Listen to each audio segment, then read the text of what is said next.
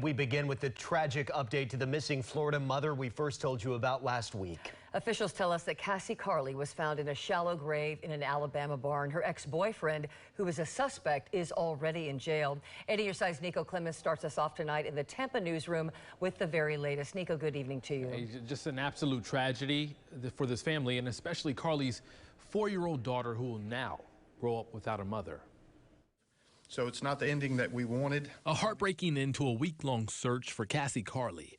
Detectives say they found the mother Saturday night, identifying her by a single tattoo. I mean, it gives them some closure that they know where she's at now, but still it's their daughter.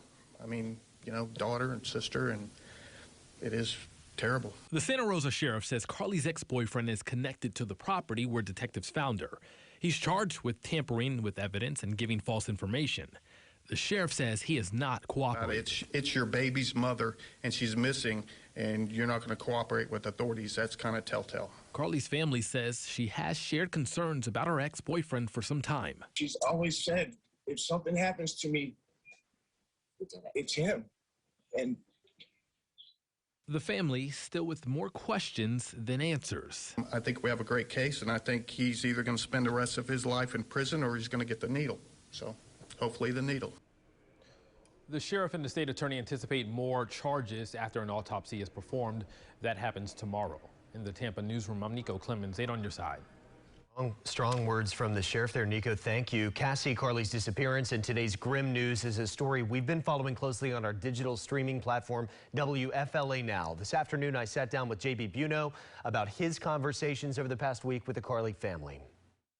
JB Buno, you've been covering this since this story broke last week. You've been in communication with the family, and those text messages you mentioned they received from the number of Cassie Carli. But as you've said, it seems so out of character for her. What has the family been telling you throughout this case? Folks know when you're texting somebody enough, whether it's a loved one or a best friend, somebody in your family or a best friend, you know how they text. You know some of the words they use or the style of their emojis and their acronyms and their text messages. The family knew early on, Jack, that those final text messages that came from Cassie's phone weren't from Cassie Carli. They got a really bad sinking feeling, and when her ex surfaced in Alabama, they started to piece this together.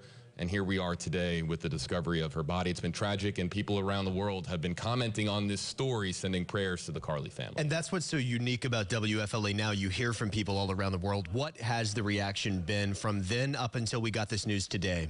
People are getting fed up with these types of tragedies occurring and want to bring more light to stories like these so that solutions can start to be presented. Because the more that we talk about this type of story, another story of somebody too young having this tragic end, people want there to be solutions when missing person cases make their rounds on the internet so that we find more people alive rather than deceased, or that we just have less missing persons cases altogether. People around the world have been commenting about the number of missing persons cases there are in this country, and we've been covering a lot of them lately in the state of Florida. Well, you've been at the center of this one in communication with all the people involved. JB Buno with WFLA Now. JB, thanks.